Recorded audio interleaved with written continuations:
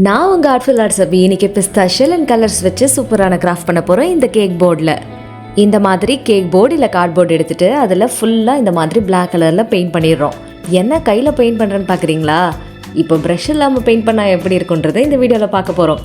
10x10 centimetre cardboard எடுத்துக்கோங்க. இல்லைனா இந்த மாதிரி கேக் சாப்பிட்டதுக்கப்புறம் கீழே இருக்கும் இல்லையா அந்த MDF போர்டு, அது கூட எடுத்துக்கலாம்.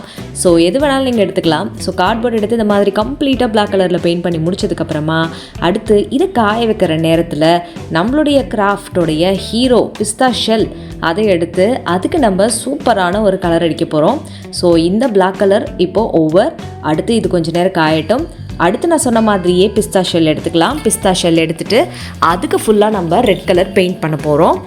ஸோ இதுவுமே பார்த்திங்கன்னா நான் பெயிண்ட் ப்ரஷ் இல்லாமல் தான் இதுக்கும் பெயிண்ட் பண்ண போகிறேன்.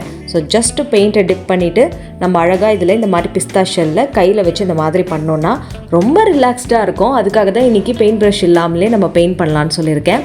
ஸோ கம்ப்ளீட்டாக எல்லாத்துக்குமே இதே மாதிரி ரெட் கலர் கொடுத்துடலாம்.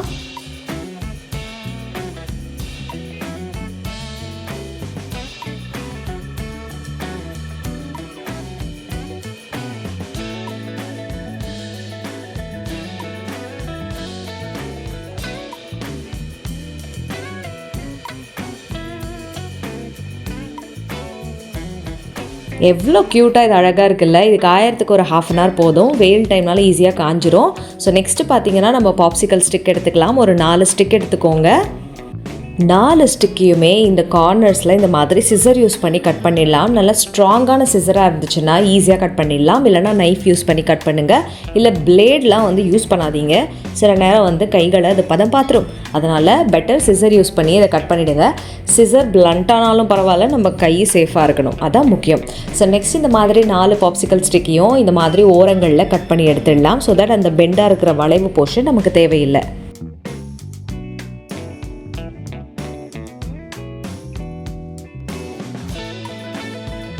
இப்போ நம்ம கேக் போர்டு நல்லா காஞ்சிருச்சு. ஸோ இந்த கார்ட்போர்ட் மேலே அல்லது கேக் போர்டு மேலே நம்ம ப்ரிப்பேர் பண்ணியிருக்க இந்த பாப்சிக்கல் ஸ்டிக் இருக்கு இல்லையா, கட் பண்ணி வச்சுருந்தோமே, இதை இந்த 4 கார்னர்ஸ்லேயும் நம்ம ஓட்டுறோம். இதனால் கம்ப்ளீட்டாக நீங்கள் ஒரு ஃப்ரேம் மாதிரி கொடுக்கலனாலும் அந்த ஃப்ரேம் எஃபெக்ட்டும் உங்களுக்கு இதில் கிடைக்கும். நிறைய பேர் ஃப்ரேம் எப்படி பண்ணுறதுன்னு எனக்கு கேட்டிருக்கீங்க. ஸோ நெக்ஸ்ட் அப்கமிங் வீடியோவில் அது எப்படி பண்ணலான்றதை நான் உங்களுக்கு ஈஸியாக சொல்கிறேன். ஸோ இந்த மாதிரி பிளாக் போர்டில் சைட்ஸில் மட்டும் இந்த மாதிரி நம்ம ஸ்டிக்ஸை ஓட்டுறதுனால ஒரு ஃப்ரேம் டிஃப்ரெண்ட்டான லுக்கில் கிடைக்கும். உங்களுக்கு பர்ஃபெக்டாக ஃப்ரேம்ஸ்லாம் வேணும்னாலும் நீங்கள் கமெண்ட் பாக்ஸில் சொல்லுங்கள். we can do that. So next பார்த்தீங்கன்னா 4 பக்கமும் இது அழகாக இதே மாதிரி ஒட்டிடணும்.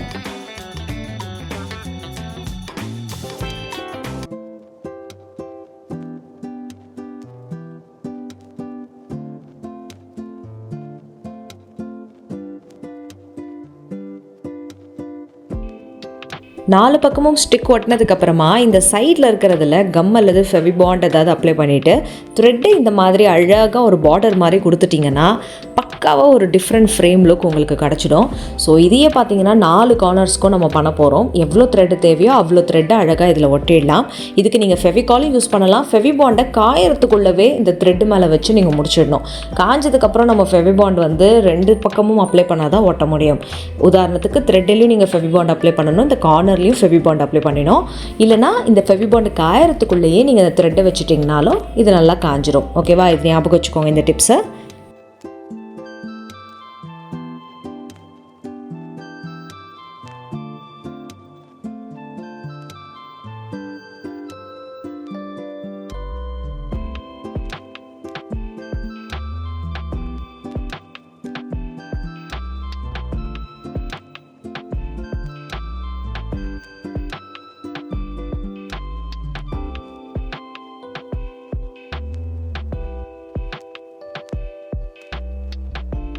அடுத்ததாக பேப்பர் கப் எடுத்துக்கலாம். பேப்பர் கப் எடுத்துகிட்டு அதை ஈக்குவல் ஹாஃபாக நம்ம கட் பண்ணி எடுத்துக்க போகிறோம் சிசர் யூஸ் பண்ணி.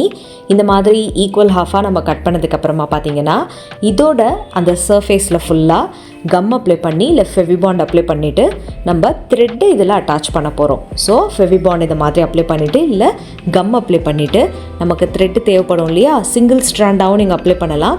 இல்லை அப்படியே ஒரு 10 த்ரெட்டை ஒன்றா வச்சு இதில் அப்படியே ஸ்டிக் பண்ணலாம். ஸோ அந்த மாதிரி பண்ணிவிட்டால் இந்த கப்பு முழுக்க நமக்கு அழகாக ஒரு போஹோ ஸ்டைலில் ஒரு த்ரெட் லுக்கில் அழகாக கிடைக்கும். சிங்கிளாக த்ரெட் ஒட்டினா டைம் ஆகுன்றதுனால தான் நான் பல்காக அப்படியே நீங்கள் த்ரெட் ஸ்ட்ராப் மாதிரி எடுத்து இதில் அழகாக ஸ்டிக் பண்ணிட்டா இந்த மாதிரி க்யூட்டான ஒரு லுக் கிடச்சிடும்.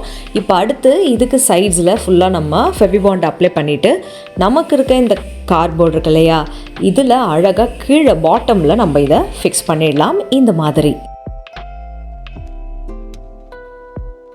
ஒன்ஸ் இதை ஃபிக்ஸ் பண்ணிட்டோன்னா பார்க்குறதுக்கு நல்ல சூப்பர் லுக்காக இருக்கும். இதை பாருங்கள், இந்த மாதிரி இருக்கும். முழுக்க போட்டுறதுக்கு பதிலாக இந்த மாதிரி ஒட்டிடலாம். அடுத்து கடைக்கு போனால் கொசுருக்கு வாங்கிட்டு வர கருவேப்பிலை, அது ஸ்டிக்கோடு நமக்கு தருவாங்கல்ல, கருவேப்பிலை கொத்து, அதை எடுத்து இந்த மாதிரி நம்ம ஒவ்வொரு பார்ட்டாக அந்த ஸ்டெம்மிலேருந்து பிரித்து இதுக்கு யூஸ் பண்ண போகிறோம்.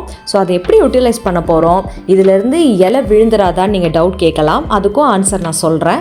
ஃபஸ்ட்டு பார்த்திங்கன்னா நம்ம எப்படி இதை வளைச்சி இந்த மாதிரி ஃபெவிபாண்ட் யூஸ் பண்ணி இதில் நம்ம ஒட்ட போகிறோம்.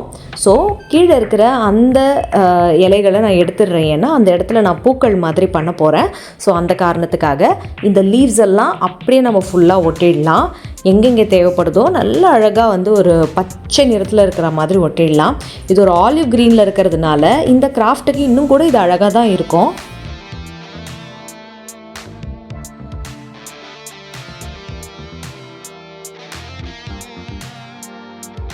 இப்படி பண்ணிங்கன்னா கருவேப்பிலெல்லாம் கீழே உதிர்ந்துராதான் நீங்கள் கேட்டிங்கன்னா, நம்ம விழாமல் இருக்கிறதுக்கு இதில் அந்த ஸ்டாக் இருக்கு இல்லையா, லீஃபினுடைய அந்த நுனி, அந்த இடத்துல ஸ்டெம்மோடு அட்டாச் ஆகுது பாருங்கள், அந்த இடத்துல இந்த மாதிரி கம் போட்டு அப்ளை பண்ணிட்டோம் அப்படின்னா கண்டிப்பாக அந்த இலை உதிர்ந்து வராது. ரொம்ப நாள் இந்த கிராஃப்ட் இருக்கும்.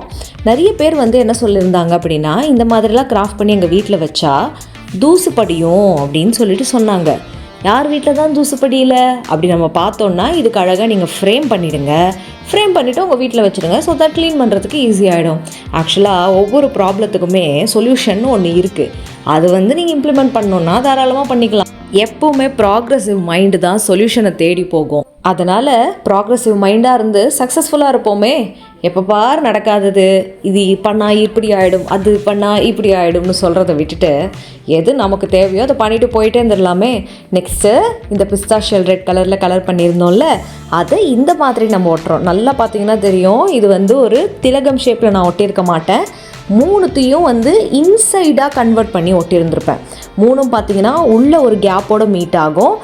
நிறைய கிராஃப்டில் பார்த்திங்கன்னா நம்ம 3 பக்கம் திலகம் மாதிரி வைப்போம் இல்லையா, அந்த மாதிரி கிடையாது. இது மொட்டு இருக்கும் பாருங்கள், அந்த மாதிரி கிடையாது. நம்ம 3மே இன்வெர்ட்ஸாக ஃபேஸ் பண்ணுற மாதிரி வைக்கிறோம். ஸோ இந்த மாதிரி டிஃப்ரெண்ட்டான ஒரு அப்ரோச்சில் இந்த பிஸ்தா ஷெல்லை நம்ம யூஸ் பண்ணும் பொழுது ஒரு சூப்பரான ஒரு ஃப்ளார் லுக்கு நமக்கு கிடைக்கும்.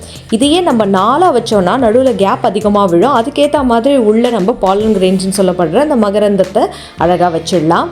ஸோ இந்த மாதிரி அப்படியே நம்ம எல்லா பிஸ்தா ஷெல்லையும் எங்கெங்கே கேப் இருக்கோ அங்கங்கெல்லாம் நம்ம ஒட்டிடலாம். அது கூட இங்கே இந்த ஸ்டெம்மெல்லாம் தெரியுதுல்ல கீழே, அங்கே என்ன பண்ணலாம்னா லீவ்ஸையும் நம்ம ஸ்டிக் பண்ணிடலாம். இப்போது சென்டரில் அட்ராக்டிவாக எல்லோ கலரில் கிளேவை நான் வைக்கிறேன். என்கிட்ட எல்லோ கலர் கிளே இல்லை, அதனால் பிங்க் கலர் கிளேவை இதில் ஃபுல்லாக ஃபஸ்ட்டு கம் வச்சு அட்டாச் பண்ணிவிட்டு அது காஞ்சதுக்கப்புறமா அதில் நான் என்ன பண்ண போகிறேன் அப்படின்னா எல்லோ கலர் பெயிண்ட் அடிச்சிட போகிறேன். யூஸ்வலாக பார்த்திங்கன்னா எல்லோ கலரில் கிளே இல்லை அப்படின்னா நான் அந்த கிராஃப்டே பண்ண மாட்டேன்னு விட்டுறக்கூடாது. நம்மக்கிட்ட என்ன பொருள் இருக்கோ அதை வச்சு பண்ணலாம். சாதாரணமாக ஒரு கிளே யூஸ் பண்ணால் அது வெள்ளை கலரில் இருக்கும், அப்புறமா அது கலர் அடிப்போம். பிங்க்கில் வரும்பொழுது அதுவும் ஈஸியாக பண்ணலாம். அதுக்குன்னு டார்க் கலரில் ஒரு கிளே ஒட்டிட்டு அதில் எல்லோ கலர் படியில் வரல அப்படின்னு சொல்லிட்டு என்கிட்ட சொல்லக்கூடாது. பிளாக் கலர் கிளேயில் கூட நம்ம எல்லோ கலரில் அடிக்கலாம், ஒன்றும் ப்ராப்ளம் இல்லை. இன்னும் 2 to 3 லேயர்ஸ் அடிக்கிற மாதிரி இருக்கும், அவ்வளோதான். ஸோ அந்த மாதிரி பெயிண்ட் பண்ணி நம்ம காய வச்சிடலாம். இது காஞ்சிட்ருக்கும் போது அடுத்து இதில் அந்த மகரந்தத்துக்கே உண்டான சின்ன சின்ன டாட்ஸ் மாதிரி ப்ரௌன் கலரில் நான் வைக்கலான்னு பிளான் பண்ணியிருக்கேன். நீங்கள் இப்படியே விடுறதா இருந்தாலும் இதை விட்டுடலாம், பார்க்க அழகாக தான் இருக்கும். அடுத்து ப்ரௌன் கலரை எடுத்து அந்த ப்ரௌன் கலர் இந்த மாதிரி பின்னில் எடுத்திருக்கேன். எடுத்துகிட்டு இந்த மாதிரி கம்ப்ளீட்டாக ஒரு மகரந்தத்துக்கு சின்ன சின்ன டாட்ஸ் வச்சா எப்படி இருக்குமோ அந்த மாதிரி என்டையர் கிராஃப்ட் முழுக்க நீங்கள் பார்த்தீங்கன்னா பெயிண்ட் ப்ரஷ் அப்படின்றத நான் யூஸ் பண்ணியிருந்திருக்கவே மாட்டேன். கம்ப்ளீட்லி பார்த்தீங்கன்னா இது கையிலேயே அழகாக நம்ம எல்லாத்துக்குமே பெயிண்ட் பண்ணியிருக்கோம், அந்த அளவுக்கு ஈஸியாக. அது மட்டும் இல்லாமல் வேஸ்ட்டான பொருட்களான கேக் போர்டு, இல்லைனா கார்ட்போர்டு, பிஸ்தா ஷெல், பேப்பர் கப், அப்புறமா கருவேப்பிலை ஸ்டெம், இதெல்லாம் வச்சு தான் இந்த க்யூட்டான ஹோம் டெக்கர் ஐடியாவை நம்ம க்ரியேட் பண்ணியிருக்கோம். ஸோ என்டையர்லி இது ஒரு reuse idea from waste material. எவ்வளோ அழகாக இருக்குல்ல பார்க்குறதுக்கு. Bright vibrant red and yellow with green black background. So சூப்பரான இந்த பிஸ்தா ஷெல் கிராஃப்ட் ஐடியா வித்தியாசமானதும் அழகானதாகவும் இப்போ நமக்கு கிடச்சிருக்கு. நீங்களும் உங்கள் வீட்டில் இதை ட்ரை பண்ணி பார்த்துட்டு உங்கள் வீட்டில் ஹேங் பண்ணுங்கள், ரொம்ப அழகாக இருக்கும். இதை ஃப்ரேம் போட முடிஞ்சால் நீங்கள் ஃப்ரேம் கூட பண்ணிக்கலாம். பண்ணிக்கலாம். ஸோ நெக்ஸ்ட் வீடியோவில் இன்னும் சூப்பர் டூப்பர் கிராஃப்ட் ஐடியாலாம் உங்களுக்காக காத்துட்ருக்கு. அதனால் நீங்கள் என்ன பண்ணணும்னா, இந்த வீடியோ உங்களுக்கு பிடிச்சிருந்ததுன்னா மறக்காமல் லைக் பண்ணிவிட்டு, இந்த பிஸ்தா ஷெல்லுக்கு நீங்கள் என்ன கலர் கொடுப்பீங்க? நான் ரெட் கொடுத்துருக்கேன். நீங்கள் அதை கமெண்ட் பாக்ஸில் சொல்லுங்கள். இந்த ஐடியா பிடிச்சா லைக் பண்ணுங்கள். நம்ம ஆர்ட்ஃபுல் ஆர்ட்ஸ் சேனலை சப்ஸ்கிரைப் பண்ணுங்கள், கிராஃப்ட் பண்ணுங்கள். ஹாப்பியாக அடுத்த வீடியோவில் சந்திப்போம். பை.